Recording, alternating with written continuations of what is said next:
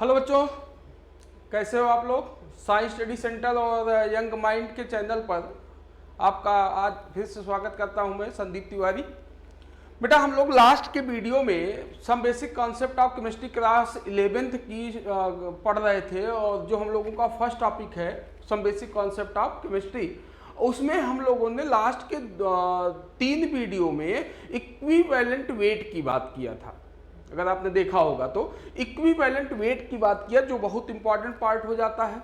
उसके बाद जो एक बहुत ही इंपॉर्टेंट पार्ट आता है, जिसको मोल, आपने 9th-10th लेवल पे भी सुना ही होगा, पढ़ा भी होगा थोड़ा बहुत कि मोल के बारे में।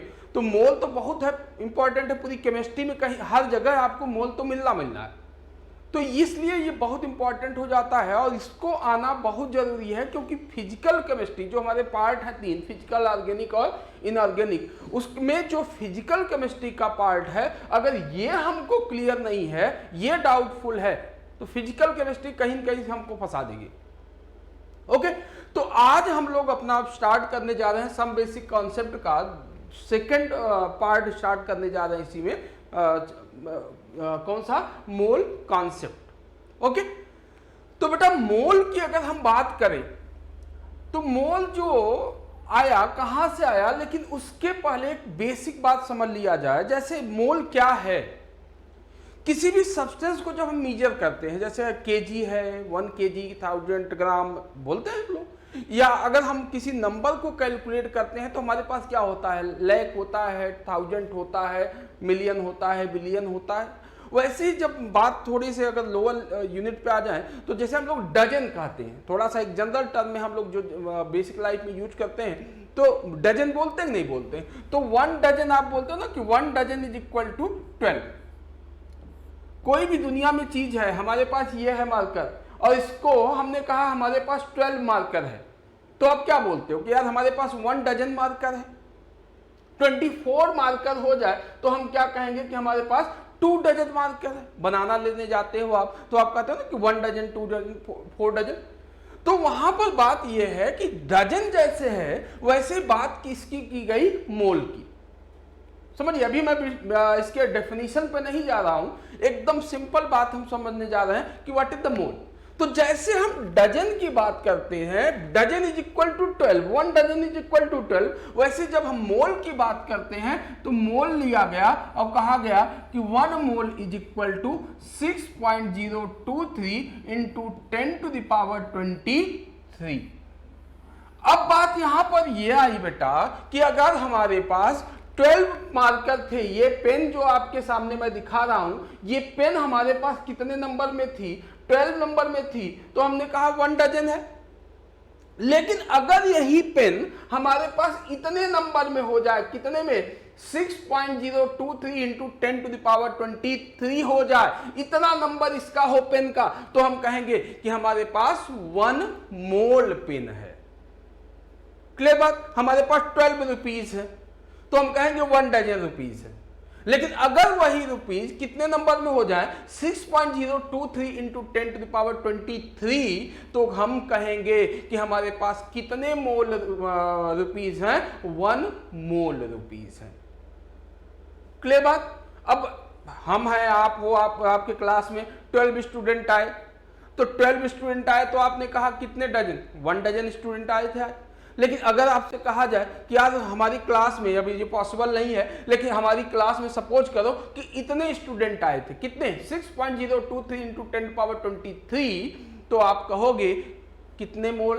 1 मोल। अब सबसे इंपॉर्टेंट बात ये आती है बेटा कि ये वैल्यू आई कहां से? तो मोल को जब हम लोग डिफाइन करते हैं तो मोल की वैल्यू ये निकल के कहां से आई, उसकी बात तो हम थोड़ी देर बात कर रहे हैं, लेकिन इसको मोल को डिफाइन कैसे कर देते हैं ये बात समझते हैं थोड़ा सा। तो इसको डिफाइन हम लोग कैसे करते हैं बेटा, सुनिएगा। इसको डिफाइन करते हैं द अमाउंट ऑफ सब्सटेंस। एकदम आराम से समझिएगा डेफिनेशन को बेटा। The amount of substance, the amount of substance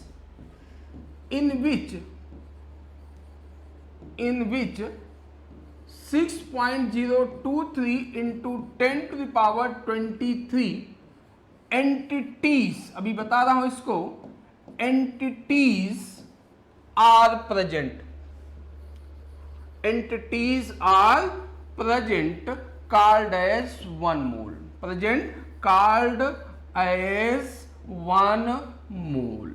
अब बात समझिए बेटा, एंटिटीज का मतलब हुआ एनीथिंग, जिसकी भी हम बात कर रहे हैं, हम पेन की बात कर रहे हैं, हम इलेक्ट्रॉन की बात कर रहे हैं, प्रोटॉन की बात कर रहे हैं, हम एटम्स की बात कर रहे हैं, मॉलिक्यूल्स की बात कर रहे हैं, हम आयंस की बात कर रहे हैं, क्लियर? हम जिसकी भी बात कर रहे हैं, जिसको हम कैलकुलेट करना चाह रहे हैं, वो हमारे लिए क्या हुआ? एंटिटीज हुआ। तो अगर कोई भी चीज हमारे पास, कोई भी एंटिटी जो हमारे पास है, अगर इतने नंबर में है, कितने नंबर में? 6.023 इंटू 10⁻23 के नंबर में है, तो हम कहेंगे कि वो कितना है? 1 मोल है। क्लियर बात? अब हमारे पास एक मान लो कि बकेट है, और उस बकेट में मान लो कि यही मार्कर रखा हुआ है, और वो मार्कर का नंबर इतना है, इतनी मार्कर्स रखे गए हैं उसमें, तो हम कहेंगे उस बकेट में कितने मोल मार्कर हैं? 1 मोल मार्कर है। ये बात क्लियर है? तो किसी भी सब्सटेंस का वह अमाउंट जिसमें उस सब्सटेंस के 6.023 इंटू 10⁻23 एंटिटीज प्रेजेंट होंगी, वो क्या होगा बेटा? 1 मोल होगा। जैसे एक सिंपल सी बात दिमाग में सेट करिए कि जैसे 1 मोल इज इक्वल टू 12 हम लोग बोलते थे, वैसे 1 डजन इज इक्वल टू 12 बोलते थे, वैसे ही 1 मोल अगर आएगा तो 1 मोल के लिए हमको वैल्यू कितना? 6.023 इंटू 10⁻23 रखना होगा। तो यहां पर एक बात और समझ लीजिए बेटा, तो यहां हमने कहा कि 1 मोल, तो आपने कहा 6.023 इंटू 10⁻23। बेटा एक साइंटिस्ट थे अवोगैड्रो, आगे आप नाम सुनोगे, हो सकता है 9th-10th लेवल पे सुना भी होगा आपने। तो अवोगैड्रो के आनर में इस नंबर को, जो ये नंबर हमने लिखा है 6.023 इंटू 10⁻23, उनके आनर में इस नंबर को अवोगैड्रोस नंबर भी कहा जाता है। क्या नाम देते हैं इसको?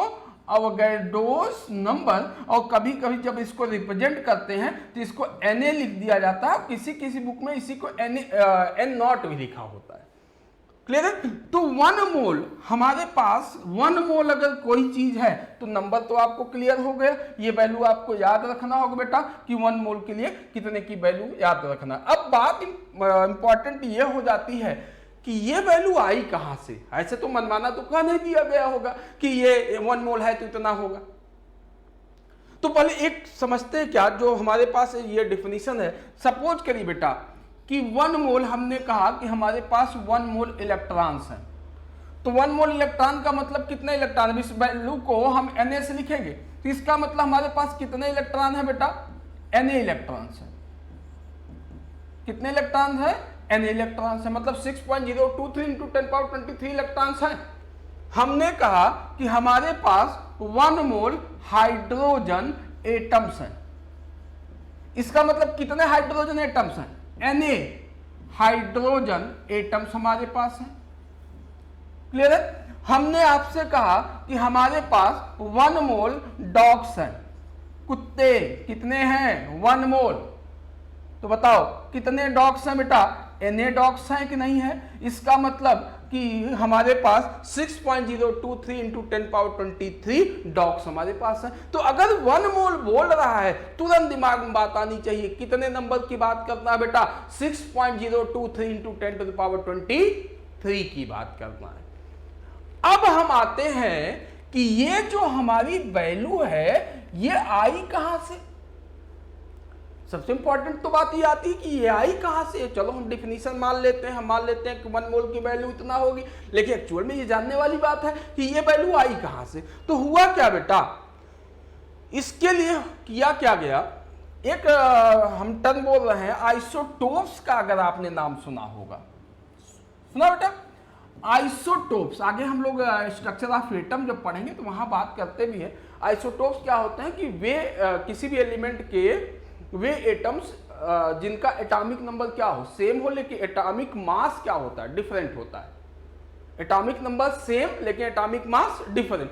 तो अगर हम बात थोड़ा सा करते हैं कार्बन की, तो कार्बन के 3 आइसोटोप होते हैं बेटा, कार्बन के 3 आइसोटोप होते हैं। Carbon 612 atomic number 6 atomic mass 12, carbon 613 atomic number 6 atomic mass 13 और कार्बन 6 कार्बन 14 कितना एटॉमिक नंबर 6 एटॉमिक मास 14। अब आप ध्यान से देखो तीनों का एटॉमिक नंबर सेम है कि नहीं, तीनों का एटॉमिक नंबर सेम है तीनों एटम्स का, लेकिन एटॉमिक मास क्या है, डिफरेंट है।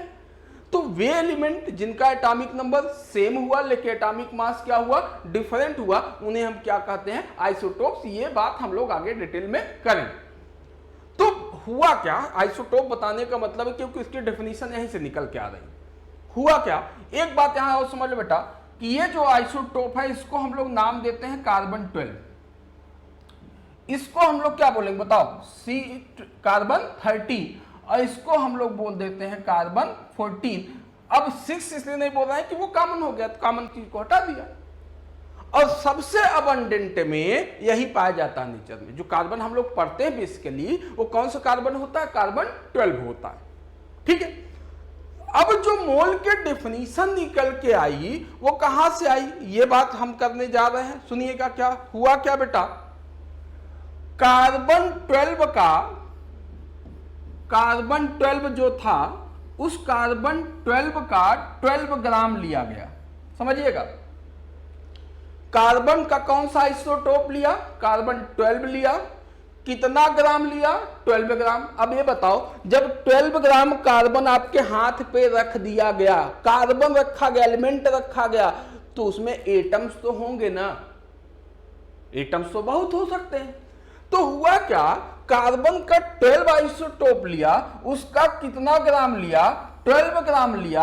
अब बोला क्या गया कि इस 12 ग्राम में जितने भी नंबर ऑफ कार्बन एटम्स होंगे, जितने भी नंबर ऑफ कार्बन एटम्स होंगे वही 1 मोल की वैल्यू होगी। समझिए, एकदम एकदम आसान है बेटा। 12 ग्राम कार्बन लिया, आइसोटोप्स कौन सा लिया, 12 कार्बन 12, कितना ग्राम, 12 ग्राम। और क्या बोला गया कि इस 12 ग्राम कार्बन में जितने भी कार्बन एटम्स होंगे, 12 ग्राम कार्बन में जितने भी कार्बन एटम्स होंगे वही 1 मोल की वैल्यू होगी। और जब देखा गया क्या कि इस 12 ग्राम कार्बन में कितने कार्बन एटम्स हैं, तो निकल के कितने आए बेटा, 6.023 into 10 to the power 23 carbon atoms पाए गए, जिसको आज की डेट में हम लोग क्या बोलते हैं, 1 मोल।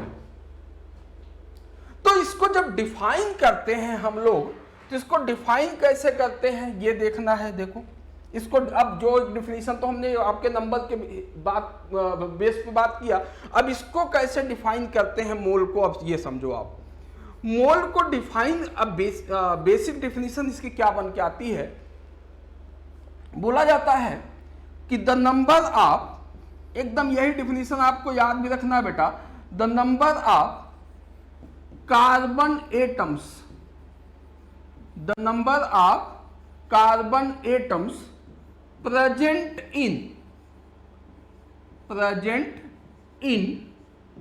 12 grams of carbon 12, the number of carbon atoms present in 12 grams of carbon 12 is called as क्या, 1 मोल। ये बात है बेटा, ये एक्चुअल डेफिनेशन है कि अब कोई आपसे पूछे कि जो आप 6.023 इंटू 10 टू द पावर 23 बोलते हो, ये कहां से निकल के आया, तो आप क्या बोलोगे कि अगर 12 ग्राम, डेफिनेशन कहां से लाई गई, कार्बन का 12 लिया, क्योंकि बेस तो किसी को बनाना ही था, तो कार्बन का 12 आइसोटोप लिया, उसका कितना ग्राम लिया, 12 ग्राम लिया, और उस 12 ग्राम में जितने भी कार्बन एटम्स पाए गए वही 1 मोल की वैल्यू बना दी गई। क्लियर बात बेटा। तो ये हमारी डेफिनेशन हुई किसकी, मोल की। अब यहां पर बात ये आती है कि इस मोल का एप्लीकेशन क्या है, और हमको मोल कैसे क्वेश्चन मोल के अकॉर्डिंग पूछता है, मोल से रिलेटेड पूछता है, अब उसकी हम लोग बात करने जा रहे हैं। तो उम्मीद करते हैं ये समझ में आया होगा बेटा तो कोई भी चीज अगर नेचर में हमारे पास है और हमसे कहा गया कि ये 1 मोल है, तो एक बात तो कंफर्म है बेटा कि 1 मोल अगर बोल दिया तो बात कितने पर करना है हमको, 6.023 इंटू 10⁻23 पर करना है। क्लियर? अब फिर से एक बार रिपीट कर लेते हैं हम लोग। चलो आओ, हमने आपसे बोला कि 1 मोल ऑक्सीजन मॉलिक्यूल्स हमारे पास हैं। जल्दी जल्दी समझिए, बताओ बेटा कितने मॉलिक्यूल होंगे, 6.023 इंटू 10⁻23 मॉलिक्यूल्स होंगे। बोलो, अगर हमारे पास 1 मोल, किसी ने कहा कि 1 मोल सोडियम आयंस हैं, यानी प्लस सोडियम आयंस कितने हैं, 1 मोल, क्या बताओगे कि हमारे पास 6.023 इंटू 10⁻23 सोडियम आयंस प्रेजेंट है। क्लियर बात? हमने आपसे कहा कि हमारे पास 1 मोल पेन्स हैं। कितनी पेन है, 1 मोल। इसका मतलब क्या बोलोगे आप कि हमारे पास 6.023 इंटू 10⁻23 पेन्स अवेलेबल है।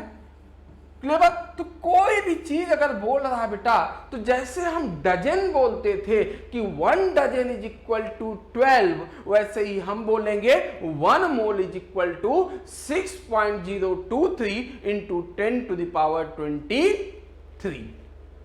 क्लियर?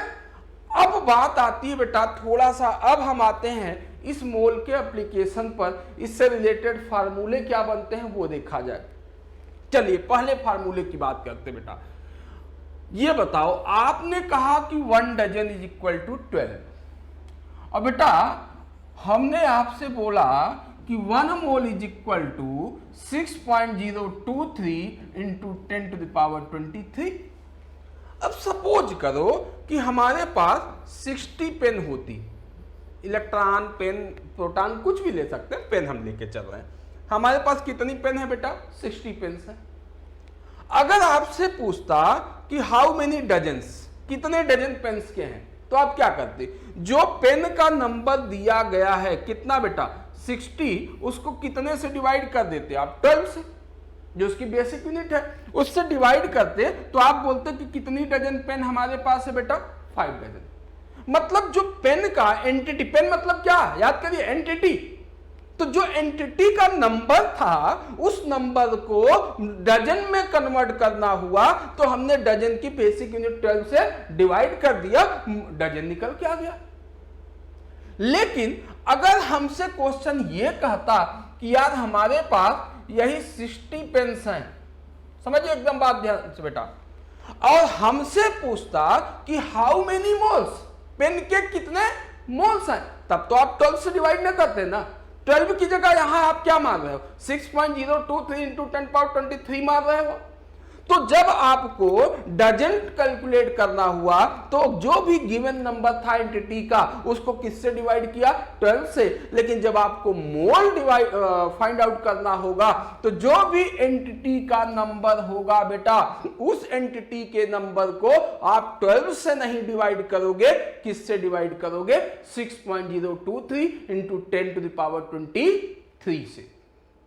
तो एक जनरल फार्मूला हम लोग बना लेते हैं। क्या बनाते हैं बेटा, अगर हमको एंटिटीज का नंबर दिया हो, देखो given number of entities, given number of entities, entities उम्मीद करते हैं समझ गए होंगे, एंटिटीज का मतलब anything, given number of entities divide by 6.023 into 10⁻23, इतना करके बेटा हम लोग क्या करेंगे, मोल बता सकते हैं कि हमारे पास किसी चीज का कितना मोल है। क्लियर? हाँ, एक बात और ध्यान रखना है कि जब हम कैलकुलेशन करेंगे बेटा ना, तो कैलकुलेशन को थोड़ा इजी करने के लिए ये वैल्यू 6.02 लेकर के हम लोग चलेंगे, ये ध्यान रखना है, क्योंकि कैलकुलेशन थोड़ा सा इजी हो जाता है, कटने पिटने में आसानी हो जाती है। क्लियर है? तो ये फार्मूला बना। अब इससे क्वेश्चन कैसे बनेगा, देखो क्वेश्चन कैसे बनेगा, क्वेश्चन क्या है, देखो फार्मूला हमारा ये आपके सामने है, क्वेश्चन देख लो इसी का। क्वेश्चन क्या है, in an basal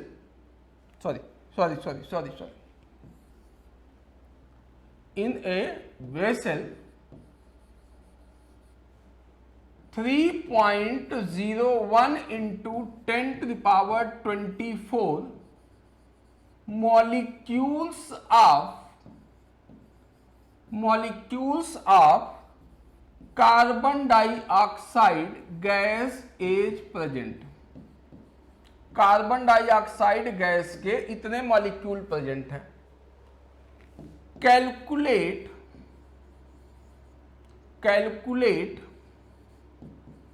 the moles of CO2। Carbon dioxide के मोल्स कैलकुलेट करना है। अब बताओ बेटा, ये एंटिटी का नंबर ही तो हुआ। हमने क्या बोला कि अगर हमको मोल कैलकुलेट करना है तो जो भी एंटिटी का नंबर होगा उसको अवोगैड्रो नंबर 6.02 इंटू 10⁻23 से डिवाइड कर देना है। अब आ जाओ, कितना दिया है बेटा, 3.01 इंटू 10⁻24 अपान 6.02 इंटू 10⁻23 से डिवाइड कर दिया। क्लियर? ये 2 टाइम हो गया बेटा। अब ये बताओ 23 ऊपर जाएगा तो यहां 10⁻1 मतलब 10 बचेगा, तो ये हो गया आपका 10 ऊपर डिवाइडेड बाई 2।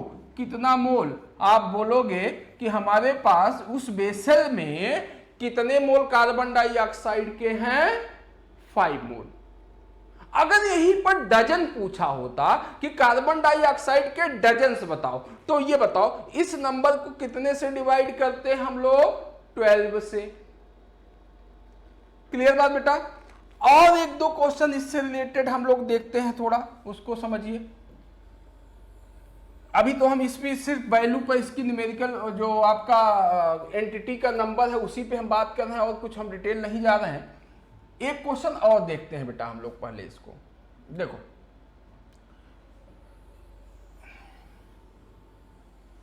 थोड़ा सा जब हम लोग और एक्स्ट्रा जाते हैं इसी से, एक एग्जांपल देखते हैं। एग्जांपल क्या है?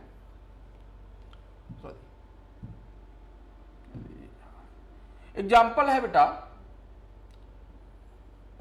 इन ए कंटेनर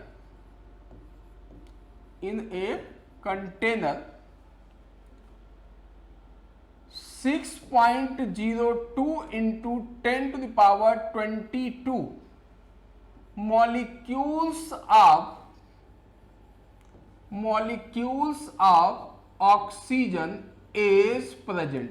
एकदम आराम से समझना है बेटा हम लोगों को। क्या कर रहा है? एक कंटेनर है, उस कंटेनर में 6.02 into 10⁻22 molecules of oxygen present है। इतने मॉलिक्यूल ऑक्सीजन के प्रेजेंट हैं। अब क्या क्या क्वेश्चन पूछता है ऐसे? Find first number moles of O2। पहला क्वेश्चन क्या पूछ सकता है कि O2 का मोल बता दो। सेकंड नंबर पूछेगा एटम्स ऑफ O2। समझिएगा, एटम्स ऑफ O2 नहीं, ऑक्सीजन के एटम्स। बेटा ये एटम है, ये मॉलिक्यूल है। एक से ज्यादा एटम जुड़ते हैं क्या बनता है? मॉलिक्यूल। तो मॉलिक्यूल का नंबर तो दिया ही है। नेक्स्ट क्वेश्चन आपसे पूछता है कभी कभी number of protons. Number of protons, इतना क्वेश्चन है, समझिए। अब पहला क्वेश्चन तो आप कर सकते हो। पहला क्वेश्चन क्या है बेटा? चलो आंसर पे आते हैं हम लोग। पहला क्वेश्चन का क्या था? मोल कैलकुलेट करना था। तो एंटिटी का नंबर तो दिया हुआ है, तो एंटिटी का नंबर गिवन है। तो अब क्या करोगे बेटा? 6.02 इंटू 10⁻22 डिवाइडेड बाई 6.02 इंटू 10⁻23 कर देंगे। ये काम समझ पा रहे होगे? ये हुआ 22 नीचे आएगा तो ये आ गया बेटा 1/10 मोल, या हम लिख सकते हैं 0.1 मोल। क्लियर बात? अब दूसरा क्वेश्चन ये पूछा है बेटा कि इतने मॉलिक्यूल के पास O2 ऑक्सीजन एटम्स कितने हैं? मॉलिक्यूल के पास एटम। अब ये बताओ, हम एक मॉलिक्यूल हैं और हमारे पास ये ऑक्सीजन, ये O2 मॉलिक्यूल है, ये ऑक्सीजन, ये ऑक्सीजन। एक मॉलिक्यूल के पास कितने ऑक्सीजन बताओ? 2। जब एक मॉलिक्यूल के पास 2 ऑक्सीजन एटम हैं, तो अगर इतने मॉलिक्यूल होते तो कितने ऑक्सीजन एटम होंगे? क्या करोगे? 2 से मल्टीप्लाई। तो अब आ जाओ, टोटल ऑक्सीजन एटम्स बता दो। गिवन नंबर क्या बेटा? 6.02 इंटू 10⁻22 इंटू 2, तो ये मल्टीप्लाई किया 12.04 into 10⁻22 oxygen atom. Atoms not molecule. Clear?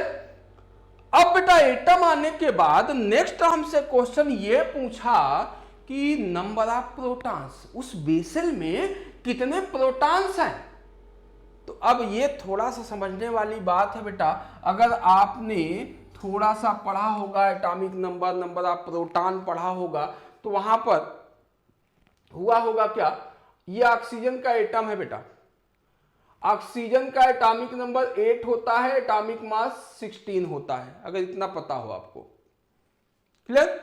अब आप ये बताओ, आपने पढ़ा होगा कि atomic number is equal to number of protons, number of protons. अब ये बताओ एटॉमिक नंबर क्या है? 8। तो अगर नंबर एटॉमिक नंबर 8 है तो नंबर ऑफ प्रोटॉन भी तो 8 होंगे। तो सिंगल ऑक्सीजन एटम के पास नंबर ऑफ प्रोटॉन कितने होंगे? 8। जब एक ऑक्सीजन के पास 8 प्रोटॉन हुए तो इतने ऑक्सीजन एटम्स वहां पर हैं वेसल में। तो अब क्या करोगे आप? 8 से उस नंबर को मल्टीप्लाई कर दोगे, तो थर्ड आंसर हमारा आ गया क्या? Total protons. टोटल प्रोटॉन्स आ जाएंगे क्या?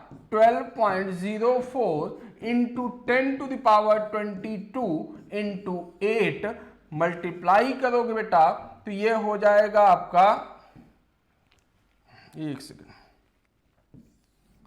ये आपका आ जाएगा 108.32 इंटू 10⁻22 प्रोटॉन्स।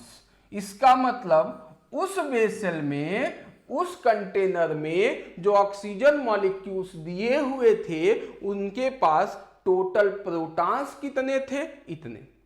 कहां से आया बेटा? फिर से रिपीट कर रहा हूं, एटम से यहां से आ गए इतने। अब आप बताओ, atomic number is equal to number of proton हमने बोला। जितना एटॉमिक नंबर होगा उतने ही प्रोटॉन एक एटम के पास होंगे। तो ऑक्सीजन का एटॉमिक नंबर क्या है? 8। एक एटम के पास, सिंगल एटम के पास 8 प्रोटॉन होंगे, तो इतने एटम के पास क्या होंगे? 8 से मल्टीप्लाई कर देंगे, नंबर ऑफ प्रोटॉन्स आ जाएगा। क्लियर? तो एक क्वेश्चन बेटा तो हम लोगों का ऐसे ही पूछता है। अब हम समझ नहीं पाते कि प्रोटॉन, तो हमको कहां तक, कभी भी एक बात ध्यान रखिएगा आप, कभी भी जब आपसे क्वेश्चन ये पूछता हो कि इलेक्ट्रॉन कितने होंगे, प्रोटॉन कितने होंगे या न्यूट्रॉन कितने होंगे, तो कभी भी मॉलिक्यूल अगर दिया हुआ है तो आप मॉलिक्यूल से नंबर ऑफ प्रोटॉन इलेक्ट्रॉन निकालने की गलती मत करिएगा। पहले आप उस मॉलिक्यूल से कहां तक आइएगा? नंबर ऑफ एटम्स तक। जब एटम्स टोटल आ जाएंगे तो सिंगल के पास कितने, भाई एक आदमी के पास कितना रुपया है ये पता हो जाए तो 1000 लोगों के पास कितने रुपए होंगे पता हो जाएगा। क्लियर है? तो हमको सिंगल एटम पे पता होगा, एटॉमिक नंबर पता होगा, एटॉमिक मास पता होगा, जो भी कैलकुलेशन करना होगा, लेकिन आप मॉलिक्यूल से पहले उसको किस में कन्वर्ट जरूर करा लीजिएगा? एटम में कन्वर्ट करा लीजिएगा, उसके बाद आप सॉल्व करिएगा उसको। क्लियर? तो एक फार्मूला हम लोगों ने बताया कि अगर एंटिटी का नंबर दिया होगा बेटा, तो एंटिटी के नंबर को हम लोग क्या करेंगे? अवोगाड्रो नंबर 6.023 इंटू 10⁻23 से डिवाइड करके हम लोग मोल फाइंड आउट कर लेंगे। क्लियर? अब इसी के आगे थोड़ा सा हम लोग इसी मोल को कंटिन्यू करने जा रहे हैं, लेकिन उसके पहले बेटा हम लोग 2 टर्म समझते हैं। एक टर्म हम लोगों को मिलता है जो आप लोग पढ़ते भी चले आए हो, एटॉमिक मास, और एक नया आपको मिलेगा जिसको हम लोग बोलेंगे ग्राम एटॉमिक मास।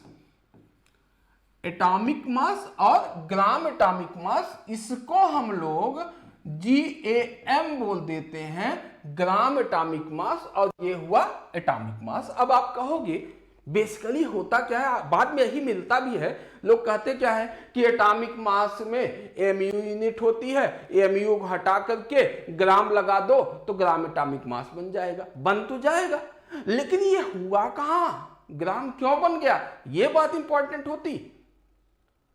क्लियर है? तो पहले हम लोग ये समझें कि ऐसा क्यों बोला जाता है, जबकि हाँ वो बात सही है कि MU हटेगा, MU को हटा करके हम G लगा देंगे, ग्राम लगा देंगे, तो वही एटॉमिक मास किस में कन्वर्ट हो जाएगा, ग्राम एटॉमिक मास में। लेकिन वो आ कहां से रहा है वो समझ लिया जाए पहले।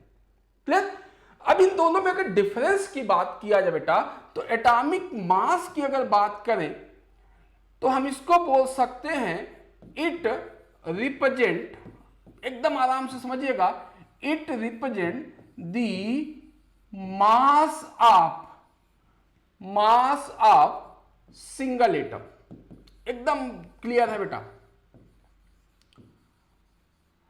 सिंगल किसी एक एटम का, आपको पास एक हाइड्रोजन एटम दिया, सिंगल हाइड्रोजन एटम। अब आपसे पूछा कि यार उसका मास क्या होगा, तो उसका जो मास होगा उसका क्या होगा, एटॉमिक मास। कितने एटम के मास को रिप्रेजेंट कर रहा है, सिंगल एटम के मास को।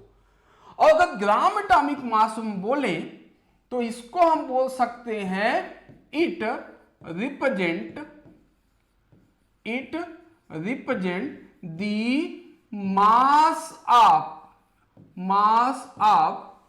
वन मोल कितना, 6.02 into 10⁻23 mass of 1 mole atoms. अब समझ सकते हो आप, सिंगल एटम का मास एटॉमिक मास, 1 मोल एटम का मास ग्राम एटॉमिक मास। अब कैसे आ रहा है ये समझो। सपोज करो कि एग्जांपल लेता हूं मैं, ऑक्सीजन ले लो आप।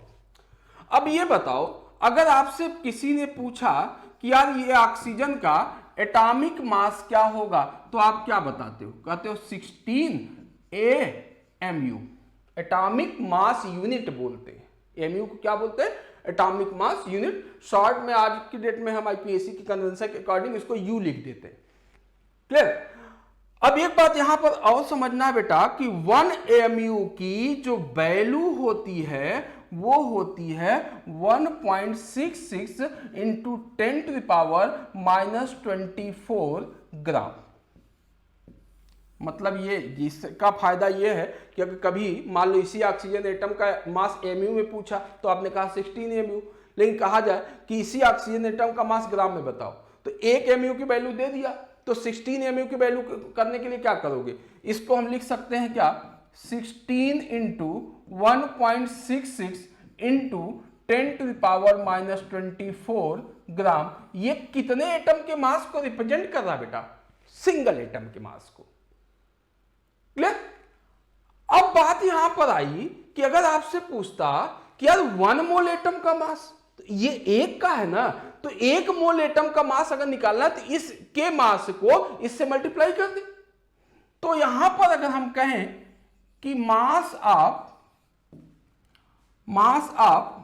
एक सेकेंड, इसको हटा देते हैं, इसको हम लिखें mass of 1 mole oxygen atoms. तो क्या करोगे आप, ये सिंगल का मास इससे मल्टीप्लाई कर दो, और करोगे तो ये कितना आ जाएगा बेटा, देखो 16 इंटू 1.66 इंटू 10⁻⁻24 इंटू 6.02 इंटू 10⁻23 ग्राम। और बेटा इसको आप सॉल्व करोगे तो अप्रॉक्सीमेट वैल्यू निकल के आएगी क्या, 16 ग्राम निकल के आएगी। और यही 16 ग्राम उस ऑक्सीजन का क्या कहा जाएगा बेटा, ग्राम एटॉमिक मास। अब आप ध्यान से समझो, आप हो क्या रहा था, एटॉमिक मास पूछा तो आपने कहा कि भैया एटॉमिक मास के लिए क्या कर दो, AMU लगा दो।